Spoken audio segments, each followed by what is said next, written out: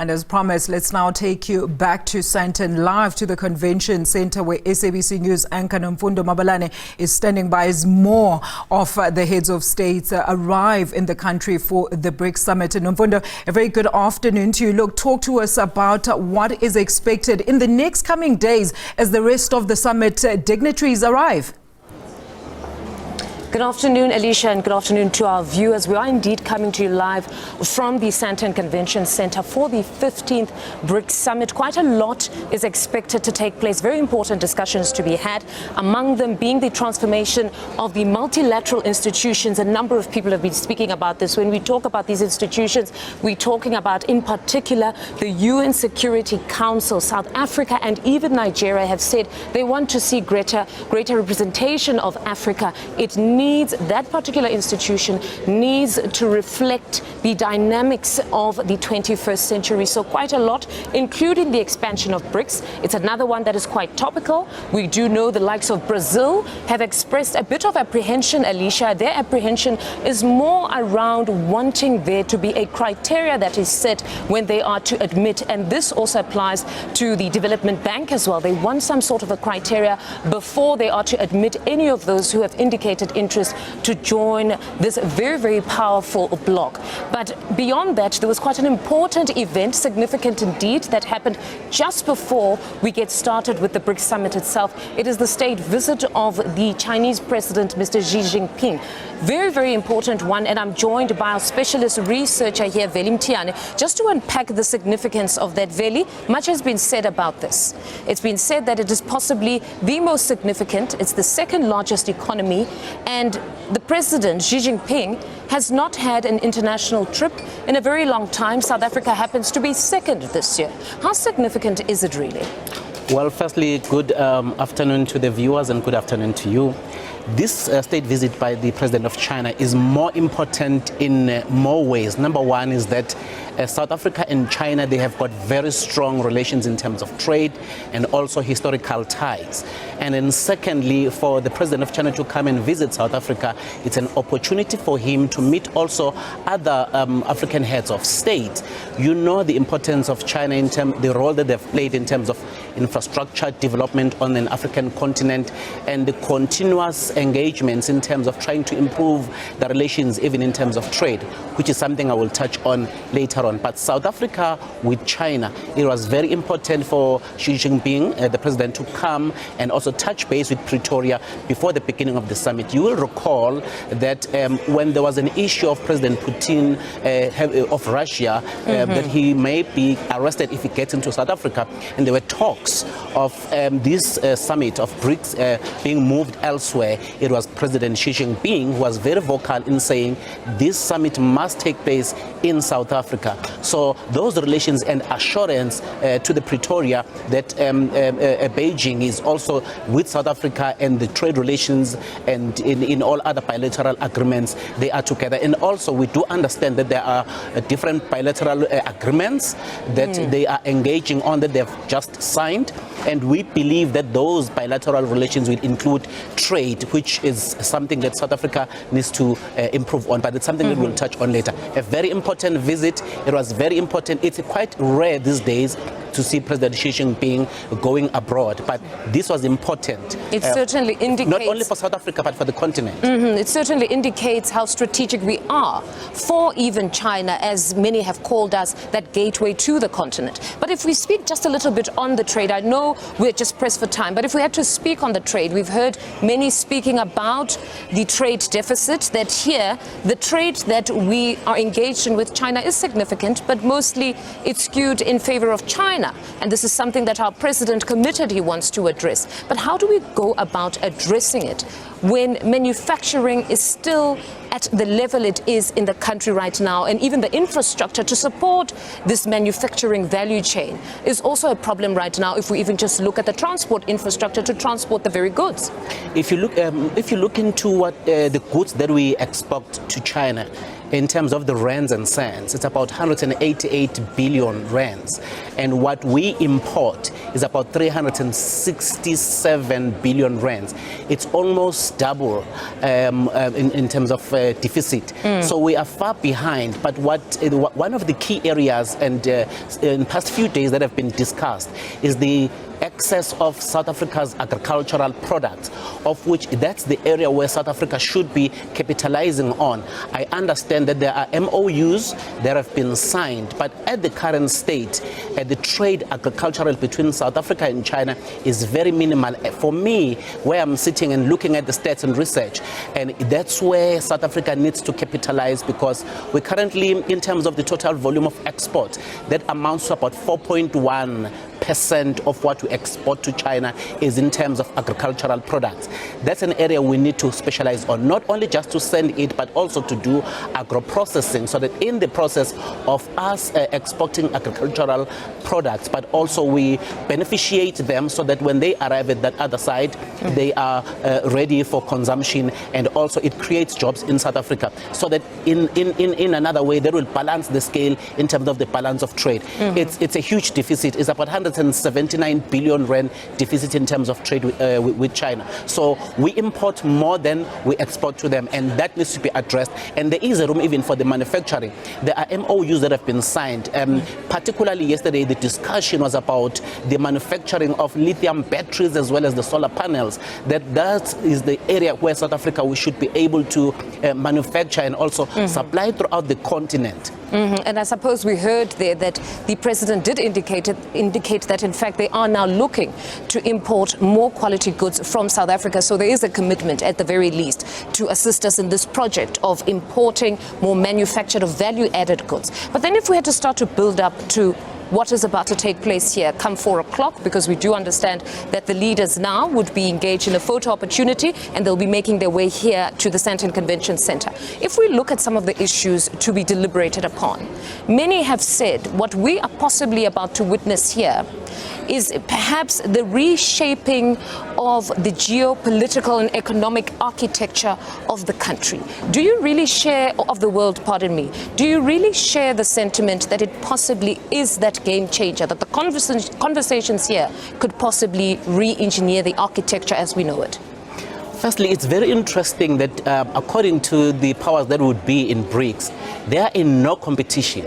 So whatever that they are doing, it's a partnership of some sort between the countries who share sometimes very different characters, and they're coming together to say, in what we share, what is it that we can improve? Now, they are gathering here. One of the key aspects is that most people are expecting the discussion in terms of a BRICS expansion, and others are viewing that perhaps as something that's going to change the architecture of the geopolitics, whether in terms of trade or in terms of counter the West's hegemony in this instance, which is something that they are saying we are not there. They are not there. If you check, BRICS is not heavily institutionalized. That's number one. Number two, it's more about trade. They're not even a trading bloc. They're just trading. It's a partnership of these countries, mainly enforcing South-to-South cooperation. We know that 85% of global population is from the global South. So they're trying to foster that a relationship, because the global South has got a lot to offer. The market, they've got a lot of market to offer. They've got a lot of raw minerals to offer. So the discussions about partnership, how do we then benefit? Because the global North, for the longest time, they've been benefiting from the raw materials and from the market that is found on the global South. But now this changes the narrative of saying we are not actually competing with anyone, but we are trying to look at ourselves, our development plans, and going into the future, how do we benefit in terms of trading among each other? But is this the sentiment shared by all, particularly China? Because I'm sure you've seen the media space right now is littered with articles about a China that's possibly going to urge the BRIC members to reposition BRICS to rival a G7. If you look at the nature of BRICS member states, they are very diverse in terms of their political and ideological orientation.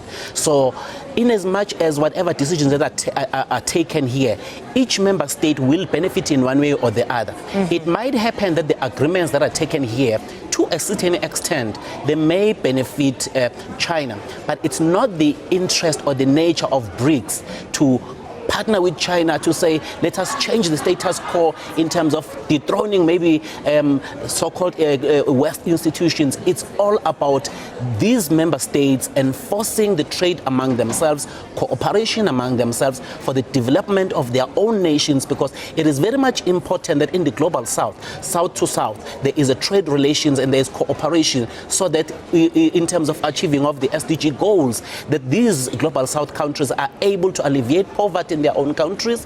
They are also able to grow their economies. Most of the economies in the global south have got a lot of potential to grow. So the agreements that should be taken here should emphasize in terms of what each country can benefit, particularly in South Africa. We've got an issue of high unemployment. We need to deal with that and say, out of all the deliberations that have taken place here, economically, what are the tangible things that the country can take and start to implement, so that South Africa, we could point to say the relationship that we have with BRICS member states and the agreements that are being taken, they benefit our nation, so that even the general public would say, we see these benefits. They cannot be at the top-down approach. They need to be felt even at the lower levels of the society. So the agreements, for me, I expect more trade and more trade and more trade. All right, Veli, we'll leave it there for now. That is our specialist researcher, Veli Mthiyane, just giving us his views of what to expect at these all-important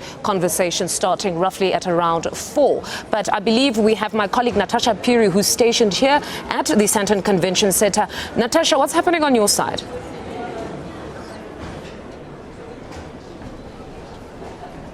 Well, thank you so much, Mthiyane. We're coming to you from the floor of the media center, and of course journalists are working quite hard filing stories and giving rolling coverage of the 15th BRICS Summit here in South Africa. Some have labeled it as one of the biggest BRICS summits to actually take place since the advent, or since the start of BRICS. If I'll just step out of the frame, and of course my colleague Tulo Monaro will actually show you what's going on behind us. Journalists working very hard there.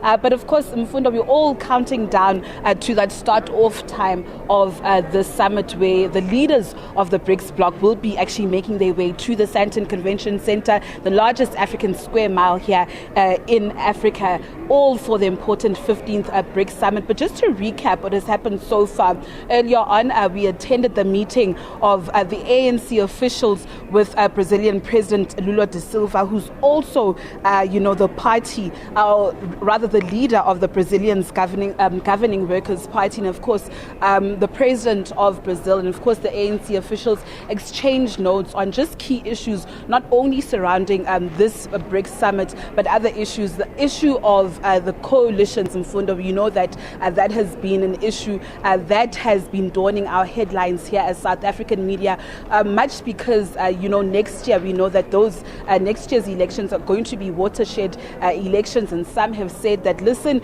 South Africa should brace itself for a coalition government. This comes hot on the heels of last week. We covered the multi-party charter for South Africa, the pre-election coalition, where we saw 7 political parties, namely the DA, IFP, Action SA, SNP, ISANCO,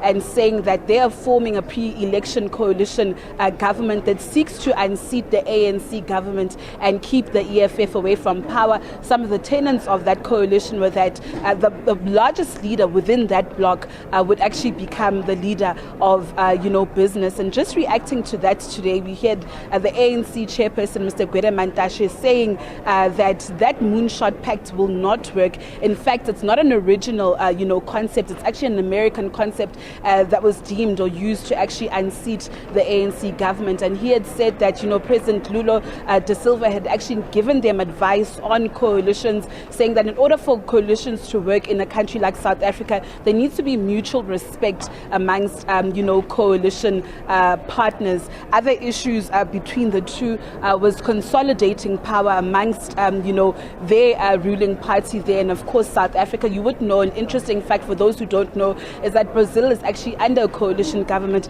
amongst 5 parties like your PC, your PSB. So those are just some of the relations that actually came out. Another issue that will be hot on the heels of this BRICS summit is the de-dollarization and, of course, the expansion of, BRICS. We heard the President Cyril Ramaphosa, in addressing the country on Sunday, had spoken and said that South Africa is in support of the expansion of BRICS. And he said that this is not only to benefit South Africa, but the rest of the continent. It was quite interesting that earlier on we heard that conversation between Minister of International Relations Naledi Pandor and of course our foreign news editor Sophie Mokoena, where she had Minister Pandor had told Sophie Mokoena that indeed these BRICS leaders are close to actually signing a declaration. But I think the question for us is how it will work and what is the criteria for these countries to actually join the BRICS bloc. We know that Egypt has also applied, so it'd be interesting to actually find out